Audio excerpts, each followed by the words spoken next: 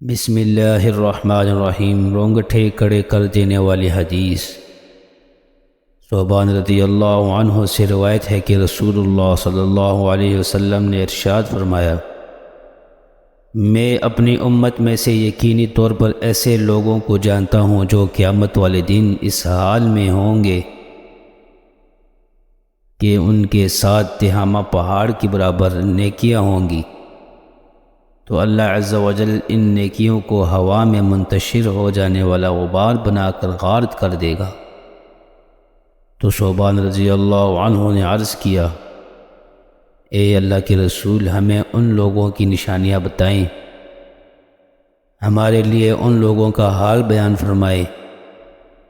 تاکہ ایسا نہ ہو کہ ہمیں انہیں جان نہ سکے اور ان کے ساتھ ہو جائیں۔ تو رسول اللہ صلی اللہ علیہ وسلم نے ارشاد فرمایا، وہ لوگ تم لوگوں کے دینی بھائی ہوں گے اور تم لوگوں کی دل ظاہری پہچان اسلام میں سے ہوں گے، اور رات کی عبادات میں سے اسی طرح حصہ لیں گے جس طرح تم لوگ لیتے ہو، یعنی تم لوگوں کی ہی طرح قیام اللیل کیا کریں گے۔